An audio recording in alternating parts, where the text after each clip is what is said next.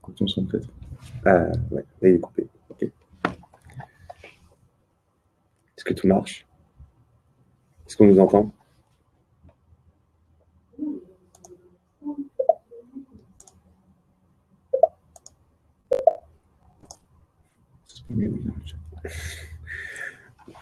Bonjour à tout le monde.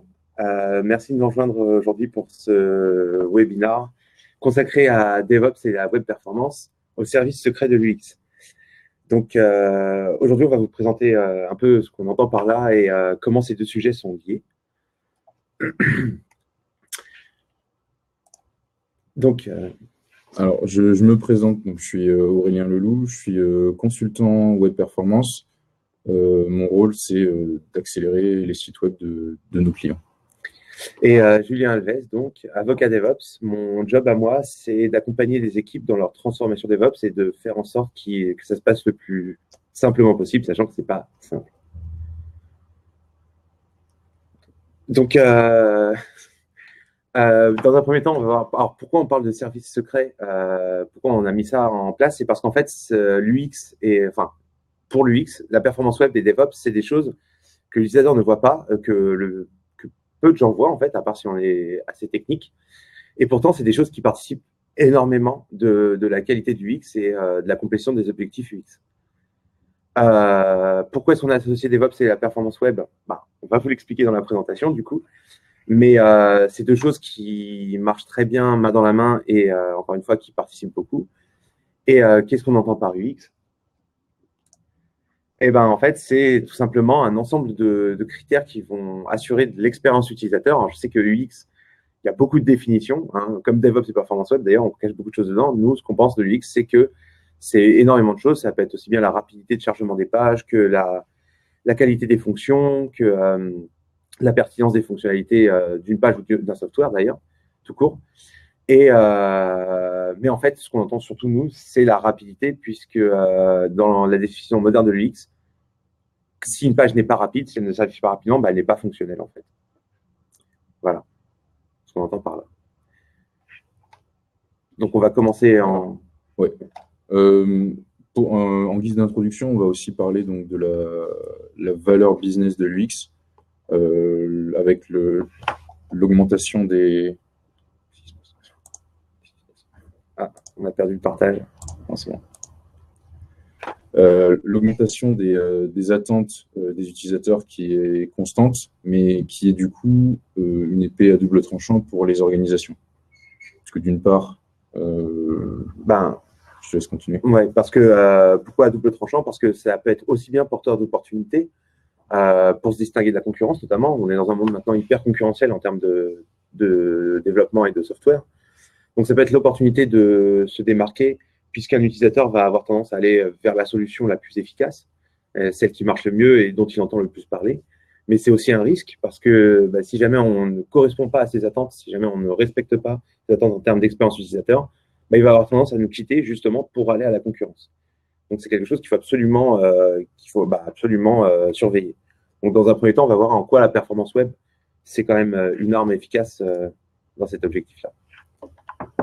Alors, la performance web, c'est quand je parle de performance web, je parle de la vitesse de chargement des pages. Donc, c'est un sujet qui est souvent vu comme très technique. Moi, dans cette présentation, je vais essayer de plutôt partir de l'expérience utilisateur, justement, et montrer que c'est plutôt un sujet lié à l'expérience utilisateur qu'un sujet purement technique. Je commence avec une étude donc, qui a été réalisée par Google sur le web mobile. L'objectif, c'était de savoir qu'est-ce qui est vraiment important pour les utilisateurs. Donc, on les a mis face à des sites et face à des chargements, différentes vitesses de chargement, et à chaque fois, ils devaient noter qu'est-ce qui les dérangeait sur le site.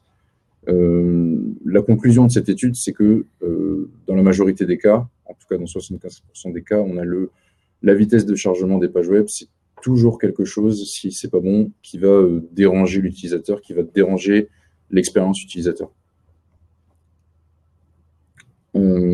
il y a d'autres chiffres intéressants dans cette étude, notamment 74% des internautes desktop qui vont simplement quitter le site s'ils chargent en plus de 5 secondes. Donc on perd les 3/4 du trafic si on a un chargement en plus de 5 secondes.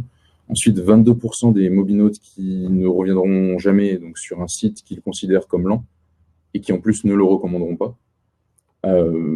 Ce qu'on entend par site lent, c'est leur propre définition. Peut-être que c'est un problème qui venait d'eux, mais en tout cas, ils ne reviendront pas sur ce site.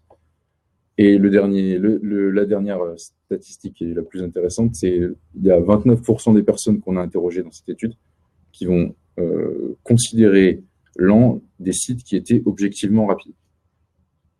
Donc en fait, la seconde conclusion de l'étude, c'est que la vitesse des sites, c'est important.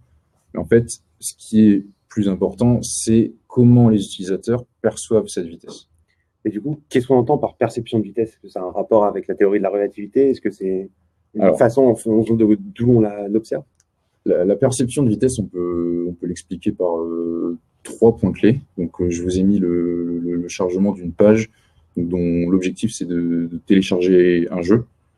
Le premier point, c'est est-ce qu'il se passe quelque chose sur la page? Donc, est-ce que j'ai des données qui s'affichent sur ma page? Ensuite, on veut que le contenu qui s'affiche soit utile. Donc, on voit à partir de 1 seconde jusqu'à 2 secondes, on a du contenu qui s'affiche, mais on n'a pas le bouton pour télécharger le jeu. Donc, on n'a pas encore le contenu qu'on est venu chercher sur cette page. Et ensuite, c'est est-ce que je peux interagir avec la page? Puisque si j'ai mon contenu qui s'est affiché, si j'ai mon bouton qui s'est affiché, ça ne veut pas dire que quand je vais cliquer sur le bouton, il va répondre immédiatement et directement lancer le téléchargement de mon jeu. Ok, donc tout ça c'est très bien. C'est du langage de très haut niveau qui permet de discuter avec un utilisateur pour avoir son ressenti, qui permet de discuter avec des donneurs d'ordre pour pouvoir faire passer un besoin. Mais en termes concrets, ça c'est de la théorie, en termes concrets, comment ça se mesure cette perception de vitesse? Alors, pour mesurer la performance, il y a 2 familles d'outils. On a les outils dits de Real User Monitoring, donc, qui vont mesurer les performances donc, qui sont réellement apparus sur le poste client, et le Synthetic Monitoring, qui sont en fait des programmes, des scénarios artificiels qu'on va exécuter quand on veut. Ces 2 familles il n'y a pas vraiment une famille qui est supérieure à l'autre. En fait, il faut juste vraiment comprendre quand est-ce qu'on utilise l'une ou l'autre. Alors, le Real User Monitoring, il est très corrélé à l'expérience utilisateur réelle, puisque on est vraiment sur le poste des utilisateurs. Par contre, le Synthetic Monitoring va avoir plus de mal à vraiment se corréler à l'expérience utilisateur réelle. Pour ce faire, vous allez devoir créer des scénarios qui sont en rapport avec votre audience. Le Real User Monitoring n'a pas besoin de travail additionnel. On le déploie et puis on a directement des données. Donc, le synthétique, il faut créer les scénarios. Pour le Real User Monitoring, on est plutôt sur des environnements de prod, puisqu'il nous faut de l'audience, donc ça n'a pas de sens de le faire sur une pré-prod ou en local, alors que le synthétique, on peut le faire où on veut. Et enfin, les données retournées, le Real User Monitoring va retourner uniquement des temps, puisque comme il s'exécute sur le poste client, on ne veut surtout pas perturber l'expérience de l'utilisateur. Alors que le synthétique, lui, on est sur un robot, donc il peut nous retourner presque la vidéo de ce qui s'est passé, la vidéo d'affichage. Donc il y a plus de données qui sont retournées. À partir de là, puisqu'on connaît maintenant les 2 familles de monitoring, comment on mesure l'UX? Quelles sont les métriques qu'on a à disposition dans le chargement de la page pour mesurer l'UX? Je vous ai remis les 3 étapes, les 3 points clés les plus importants dans la perception de performance. Donc, pour mesurer s'il se passe quelque chose, en Real User Monitoring, on va pouvoir utiliser le First Contentful Paint, qui est le temps d'affichage de la première image qui fait partie du contenu. Tandis qu'en synthétique, on va pouvoir avoir le Start Render qui correspond au premier pixel non blanc sur la page. Ensuite, est-ce que ce qui s'affiche est utile? Donc, en Real User Monitoring, on va plutôt utiliser le First Meaningful Paint, donc, qui est défini, lui, par un algorithme. Donc, il n'est pas toujours pertinent. Dans les dernières études, il est pertinent dans à peu près 90% des cas, mais ce n'est pas une valeur sûre.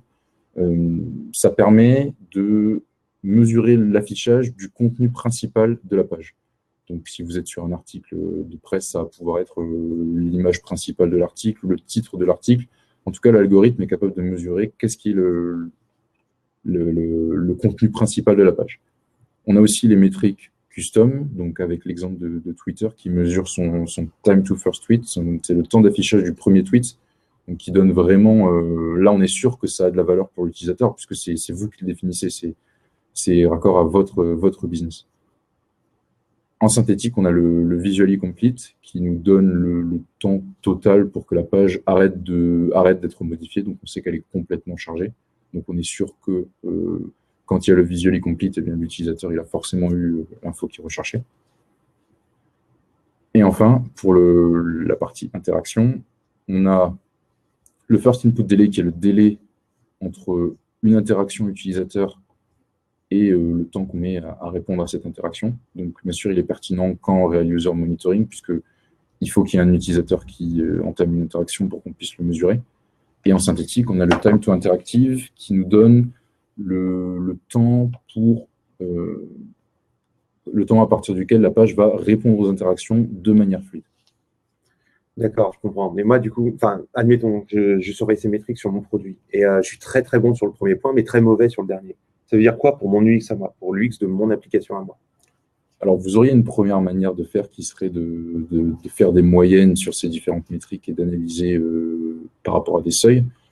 Mais il y a une tendance en fait, dans le monde de la web performance en ce moment qui est de chercher à combiner les métriques pour donner des résultats qui soient des résultats directement du X par rapport à la performance.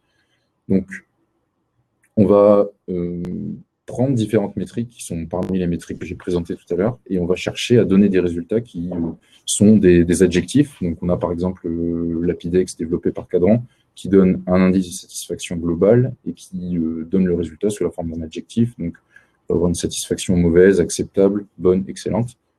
Le user happiness de SpeedCurve qui, lui, va juste dire si la page elle est happy ou unhappy. Donc, on est directement sur l'expérience utilisateur.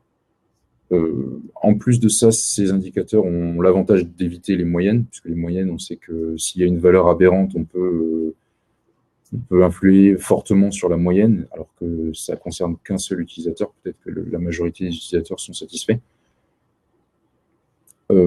Donc, on a un résultat qui est facile à lire, compréhensible par tous, qui évite l'utilisation de moyenne. Par contre, la contrepartie, c'est que vous devez faire confiance à l'éditeur, puisque ce sont les éditeurs qui développent ces algorithmes-là.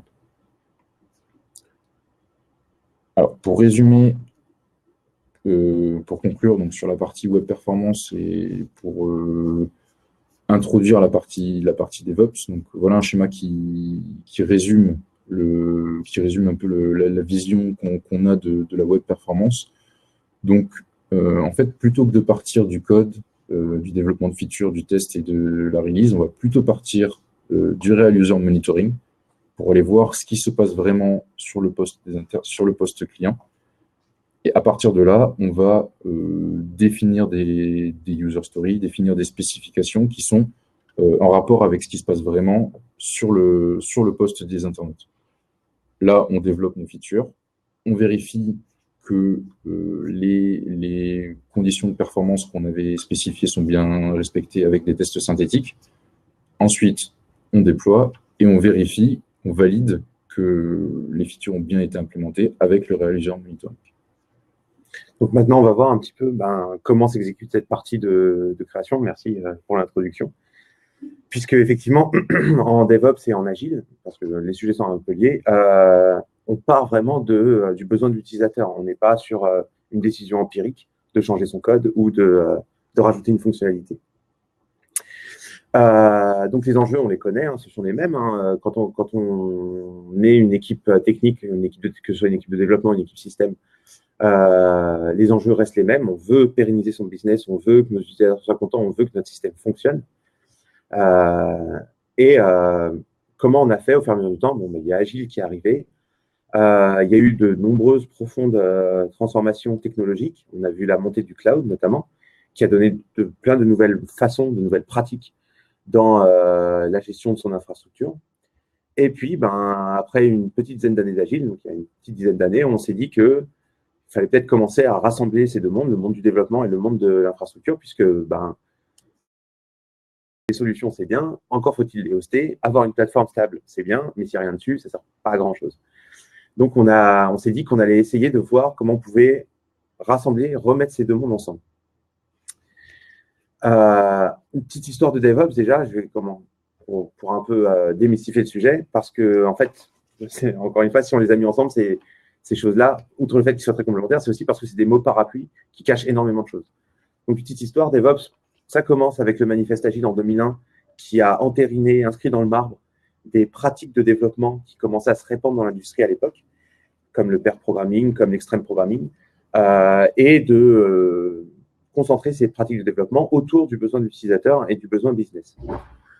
Et enfin, en 2009, on voit l'apparition du premier DevOps Day, donc carrément l'apparition du mot DevOps, donc c'était il y a une dizaine d'années, où le constat était de se dire qu'on développait très vite, c'était très bien, mais qu'il fallait que ça suive en termes de production. Et qu'il y avait peut-être moyen, avec l'avancée des nouvelles technologies comme les systèmes de déploiement automatisé, l'infrastructure as code, qu'il y avait peut-être moyen de rapprocher des mondes qui, historiquement, étaient très séparés du fait de leurs pratiques et de leurs prérogatives. Suite à ça, en 2012, on voit ce qu'on appelle le premier State of DevOps. Donc, c'est un rapport annuel qui est émis par Puppet Labs et qui tous les ans interviewe quelques centaines de spécialistes de l'industrie pour faire un état des lieux sur DevOps, sa pénétration de l'industrie et quelles sont les dernières tendances dans cette mode-là. Et enfin, en 2013, le Phoenix Project de Gene Kim. Je vous le conseille, c'est un roman, en fait. Un roman qui a eu la bonne idée de montrer ce que c'est que DevOps, d'expliquer DevOps en des termes de très haut niveau, de montrer ses challenges, ses enjeux, qu'est-ce qui se passe quand ça réussit, qu'est-ce qui se passe quand ça foire. C'est un très bon livre et je vous le recommande pour un peu comprendre ce que c'est que DevOps. Mais c'est quoi DevOps? Alors, qu'est-ce que c'est que DevOps? Alors, encore une fois, DevOps, c'est un mot parapluie, on en reviendra, j'aime pas du tout ce mot-là, mais parce qu'il est trop limitatif. Il y a beaucoup de définitions différentes qui traînent, donc il y a forcément un peu de moins dans ce que je vais vous dire là, mais ça me semble assez partagé avec le reste de mes confrères. Donc DevOps, c'est quoi? Déjà, c'est pas de l'automatisation, c'est pas uniquement l'automatisation, c'est pas uniquement un sujet technique DevOps. Il y a une couche technique, c'est vrai. C'est une couche qui permet au reste d'exister, mais quelle serait justement? En fait, DevOps, plus que simplement un empilement d'outils, c'est un ensemble de méthodes, de process, d'outils, de plein de choses, de profils qui rentrent dans un framework qu'on appelle le framework Calm, dont je reparlerai un petit peu après, et qui permet à DevOps d'exister et de tirer le meilleur parti de lui-même. DevOps, c'est pas un profil super-héroïque, c'est pas parce que vous avez ingénieur DevOps, ça n'existe pas en fait. DevOps, c'est pour tout le monde. C'est pas un profil spécifique et c'est certainement pas un profil de mouton à 5 pattes qui sait tout faire mieux que les autres tout en buvant du café. Non, DevOps, c'est une façon de rassembler plein de profils avec des compétences variées pour les remettre ensemble et définir leurs liens et leurs objectifs communs. C'est pas non plus une façon d'accroître la productivité très rapidement et de réduire des coûts de production durablement. Ça l'est dans le temps, mais en fait, DevOps, c'est une méthode qui à la base est très chère et qui est très transformatrice. Et donc, c'est pas ça qu'on va viser. Quand on veut faire du DevOps, vraiment, la question que vous devez vous poser, c'est pourquoi vous le faites? C'est pour asseoir la satisfaction des utilisateurs. C'est vraiment ça. Toujours pareil, on part toujours de la même chose. On veut un utilisateur plus heureux et donc, pour ça, on va se donner les moyens de le satisfaire le plus rapidement possible et de mieux possible. Et enfin, ce n'est pas une solution miracle, DevOps. Ce n'est pas une seule et unique solution qui correspond à tout le monde. DevOps, ça ne correspond pas à tout le monde. En amont d'une transformation DevOps, il faut vraiment vous prendre le temps de vous poser des questions sur est-ce que ça me sert? Qu'est-ce que je peux me transformer chez moi? Faire des mesures de risque. Et puis, vous demander réellement là où ça a du poids. Mais c'est une solution qui a plein de visages. C'est une solution qui s'adapte à tout le monde. C'est une solution qui est hautement customisée, qui ne peut pas s'appliquer telle qu'elle. Il y a vraiment un vrai travail de réflexion en amont quand on veut faire une transformation DevOps. Voilà ce que c'est que DevOps, selon moi. Donc, j'ai parlé un petit peu du modèle Calm. Pourquoi? Parce qu'en fait, DevOps en tant que tel, encore une fois, là, on retrouve automation, mais ce n'est pas que ça. En fait, ça participe de plein de choses. Ce qui s'est passé, c'est que quand on a commencé à rassembler les développeurs et les opérations ensemble, on s'est rendu compte qu'en fait, il ne suffisait pas de leur donner un backlog commun ou leur donner un objectif commun. En fait, si jamais, par exemple, vous voulez déployer 10 changes par jour, bah, il faut bien que les opérations, eux, ils aient la capacité budgétaire de provisionner 10 plateformes par jour, par exemple, et des process qui vont avec derrière. Et ça, en fait, ça tire énormément de choses derrière. Et au final, en tirant ce fil rouge de DevOps, ben, on en a tiré 10, 20, 30. Donc, au final, on a mis en place un framework qui s'appelle un framework CALM, donc pour la culture, l'automation, le lean, donc la culture centrée produit, utilisateur, la mesure et le partage aussi bien des métriques, des et des responsabilités. Donc voilà, DevOps, c'est quelque chose qui rentre dans ce cadre-là. On ne peut pas juste mettre un outil de déploiement automatisé en négligeant le reste. Vous êtes obligé de vous poser des questions et c'est pour ça que je disais que c'est une méthode très transformative. Il y a énormément de choses à faire derrière une vraie transformation DevOps. Bon, c'est intéressant tout ça, mais je vois mal le rapport avec l'UX. Alors, le rapport avec l'UX, il est où? Ben déjà, comme je l'ai dit, on part d'un besoin utilisateur et DevOps, avec ces transformations qu'elle apporte en termes d'organisation, en termes de process et en termes d'outils, va permettre de répondre plus rapidement et de façon plus satisfaisante à des attentes des utilisateurs.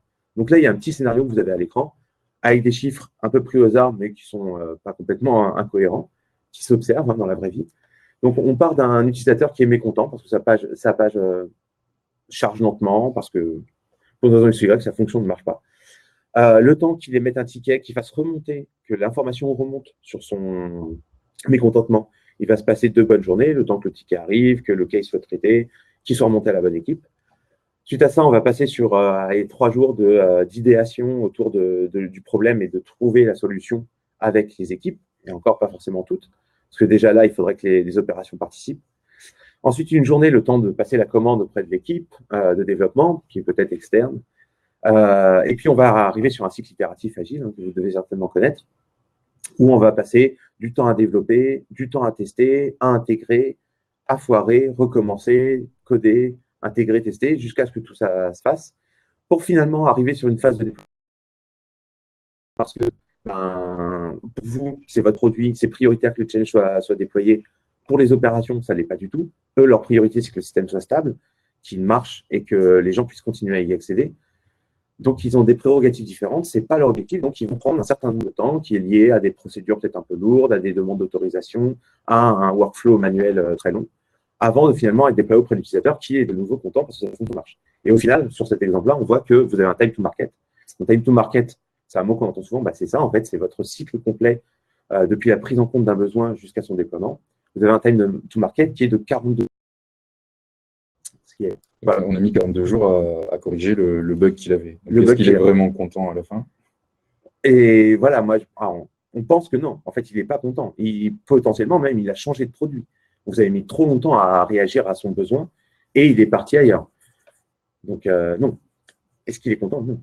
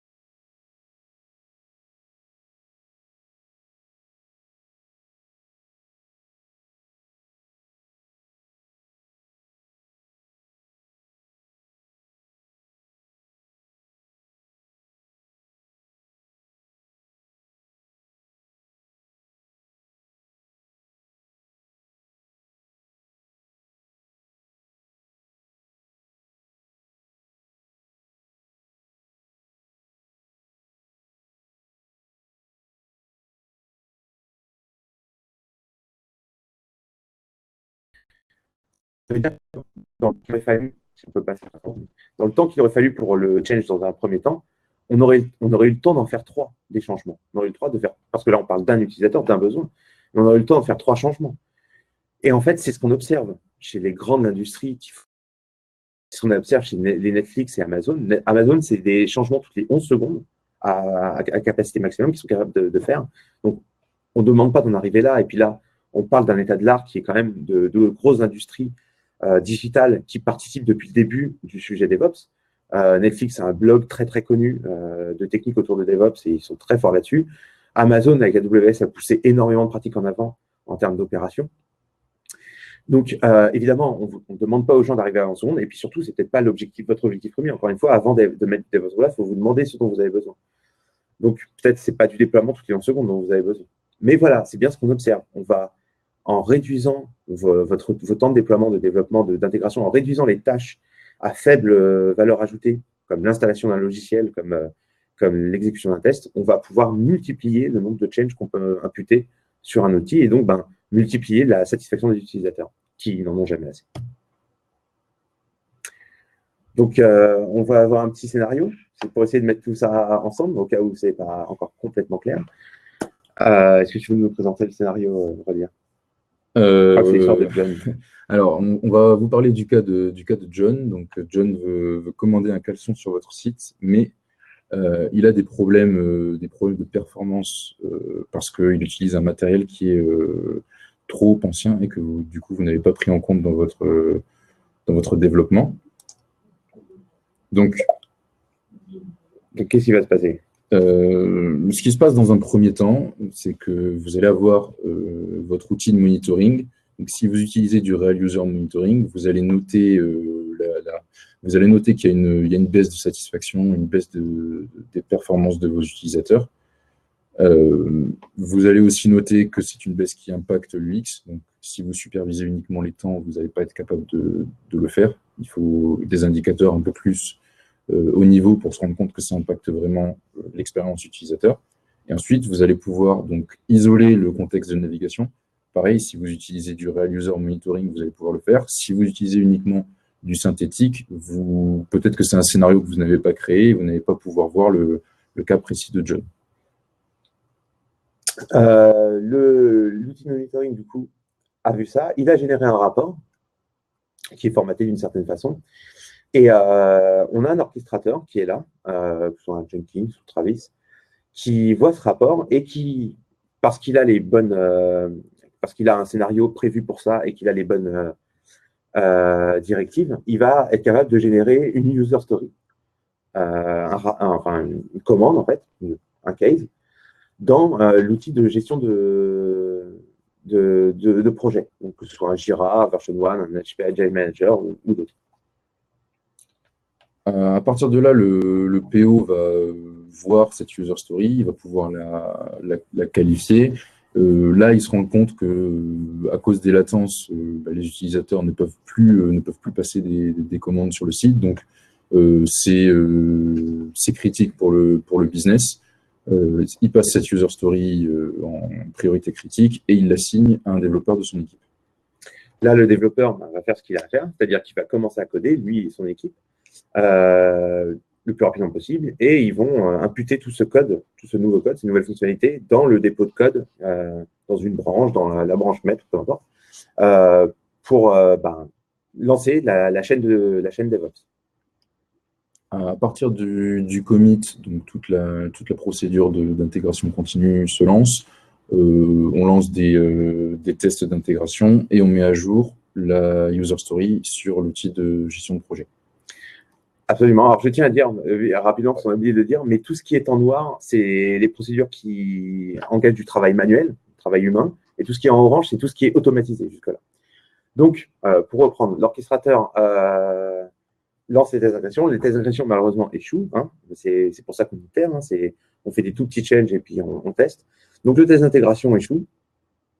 Le case est mis à jour avec cette information dans l'outil de gestion de projet. On va dire, ça ne marche pas. Et le développeur, il est prévenu par l'orchestrateur, que ce soit à travers un Slack ou un mail ou un SMS, peu importe. Mais l'orchestrateur prévient le développeur ou l'équipe. Le développeur reçoit ce rapport qui doit être le plus précis possible du coup sur le bug, sur l'échec des tests d'intégration. Il comprend d'où vient le problème, il remodifie le code, et cette fois, ça fonctionne. Là, l'orchestrateur a bien reçu que ça fonctionnait, et dans ses directives, il comprend que quand les tests sont réussis, et ben là, il déploie en production. Donc, il va le faire soit en faisant du blue-green deployment, soit au moyen d'un canary release, peu importe, mais il va déployer ce nouveau change sur l'environnement de production pour que l'utilisateur puisse y accéder. Enfin, une fois que les changements ont été déployés, donc soit sur une portion des utilisateurs, soit sur les utilisateurs au total, on peut valider nos changements avec le Real User Monitoring, s'assurer que l'expérience utilisateur est bien revenue à la normale. Alors du coup, ce monitoring, on en a un peu parlé, il s'effectue aussi sur toute la chaîne. Il s'effectue sur le code, il s'effectue sur, au moyen de refacto, il s'effectue sur la couche système. Mais voilà, la boucle est bouclée et on a commencé par du monito, on finit par du monito. Et tout ça, là, ce qu'on a vu, ça, on est passé étape par étape, mais ça peut être des étapes très rapides. Encore une fois, à l'état de l'art, on est sur des changements atomiques qui sont très petits. Donc ça peut aller très, très rapidement. Après, vous pouvez faire du waterfall et ça prend des mois. Vous voyez. Alors, en conclusion de cette présentation, pour nous, il y a deux vecteurs de satisfaction utilisateur, deux manières d'influer sur l'expérience utilisateur. On a donc la rapidité et la qualité. Donc la rapidité qui peut être rapidité de la mise en service, donc le fameux time to market, ou rapidité de temps de chargement, donc perception de vitesse par l'utilisateur. Ces rapidités, on en constate plusieurs. En fait, il y a la mise en service, il y a le temps de chargement, et en qualité, il y a la qualité du service fourni et puis la qualité de la plateforme technique. Sa robustesse et sa capacité à assurer ce qu'elle a à faire et à être pérenne dans le temps. Et pour finir, donc, je vais vous donner 5 conseils qui sont pour moi les conseils les plus importants quand on veut faire de la web performance. Donc, le premier, c'est mettre le sujet plus tard, entamer le sujet tout de suite, puisque si votre business fonctionne avec un site web, vous en avez besoin tout de suite. Et l'objection qu'on a souvent, c'est le site est en refonte, on s'en occupera plus tard. En fait, il faut s'y mettre maintenant, puisque ça permet déjà de définir des spécifications. Et justement, pour définir des spécifications, donc mon deuxième conseil, mettre en place du Real User Monitoring, ce qui va vous permettre de remettre votre audience réelle au cœur de vos optimisations.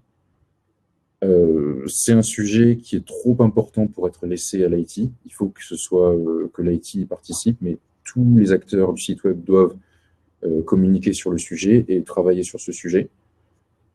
Il faut aussi sélectionner des métriques qui sont des métriques. Une bonne métrique web performance, c'est une métrique qui corrèle avec l'expérience utilisateur. Il y a d'autres métriques, mais dans notre cas, on veut des métriques qui corrèlent avec le business, avec l'expérience utilisateur. Et enfin, je ne connais pas de cas de sites qui peuvent être optimisés avec une optimisation magique qui marche d'un seul coup. Donc, les optimisations, il faut les faire en itérant. Donc, ça passe aussi par du DevOps. Et 5 conseils pour bien faire du DevOps. Déjà, comme on l'a vu, comme je l'ai dit, si vous l'avez compris, du coup, faites plus que de l'automatisation. Ça ne sert à rien de déployer un outil si vous n'avez pas une idée très précise de pouvoir le déployer. Ça ne sert à rien de le faire s'il n'y a pas le bon contexte autour. Faites plus que ça. Rentrez dans votre management, rentrez dans vos process, dans votre culture même. Parce qu'en fait, il y a un partage de responsabilités qui est très fort. Faites plus que de l'automatisation. Et faites-le pas à pas. On en revient à ce que je disais, c'est-à-dire que en fait, DevOps, ce n'est pas une solution magique et c'est certainement pas une solution qui s'applique telle qu'elle. Vous ne pouvez pas arriver en disant, voilà, ça c'est DevOps, vas-y go. Ça ne marche jamais, ça fait peur aux gens parce que dans DevOps, il y a une vraie couche technique qui peut être complexe. Vous ne pouvez pas tout faire d'un coup et puis ça n'aurait pas grand sens. Commencez petit. En tout cas, targetez vraiment ce dont vous avez besoin. Et quand vous aurez bien maîtrisé ce sujet-là, le temps que vous aurez gagné sur cette activité, vous pourrez le réinvestir à transformer une autre, etc. etc. Donc, pour faire ça, définissez bien les métriques dont vous avez besoin. Et vraiment, c'est dont vous avez besoin, celle que vous voulez montrer. Donc, posez-vous la question en amont pour déjà savoir est-ce que vraiment vous allez dans du DevOps. Et puis, pour pouvoir mesurer ces métriques-là, puisqu'en fait, c'est elles qui vont après être un peu la mesure de comment vous réussissez. Parce qu'en DevOps, on accélère progressivement, de plus en plus, toujours plus fort, un peu comme en Agile, on ne fait que aller de plus en plus vite. Embarquer tous les acteurs essentiels, on rejoint un peu ce qu'on a vu juste avant, c'est important que tout le monde soit là. DevOps, encore une fois, c'est une culture de l'équipe, c'est une culture du partage. Vous ne pouvez pas prendre une décision importante pour l'utilisateur sans avoir l'acceptance du business qui va mettre les sous dedans, du PO qui a la vision fonctionnelle de la chose, de l'IT qui sait ce qui est réalisable techniquement et ce qui ne l'est pas. Embarquer tout le monde. Et enfin, pour finir, ne vous découragez pas. Parce qu'en fait, DevOps, ça peut être compliqué. Si vous mettez les deux ensemble, WebOps et DevOps, il y a tellement de choses à faire dans tous les sens que ça peut prendre du temps. C'est une transformation qui n'a pas de fin. Donc, comme ça n'a pas de fin, vous avez le temps de la faire. Donc, allez-y pas à pas, petit à petit, vous ne découragez pas et ça finira par passer. Voilà. Et faites-vous aider, n'hésitez pas. Merci à vous d'avoir assisté à cette présentation. On a une petite dizaine de minutes encore pour prendre des questions, si vous avez des questions à nous poser. Sinon, à plus tard. Je vais faire le chat pour les questions.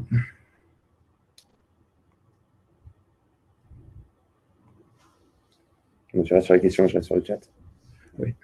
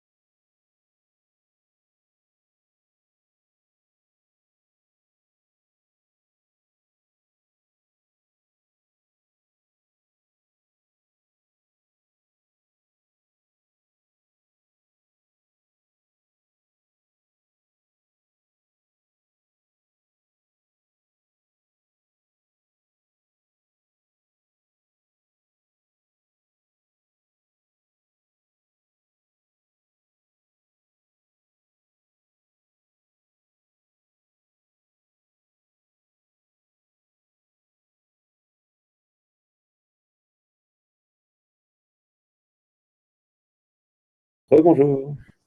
On est de nouveau là. On a eu un problème de webcam et de micro. On a un petit bug. Je pense que je ne suis pas très satisfait. Est-ce que tu crois qu'ils vont capter mon insatisfaction vis-à-vis de leur interface? Je ne sais pas. S'ils ont des bons outils de monitoring, peut-être. Bon, bref. Donc, en tout cas, merci. Donc, il n'y a pas de questions. Donc, on va s'arrêter là. N'hésitez pas. Normalement, vous avez nos contacts. On a mis des liens dans la présentation. N'hésitez pas à revenir vers nous pour des questions ou pour des conseils. Et ce sera avec grand plaisir qu'on vous aidera. Merci à tous pour votre attention. Au revoir.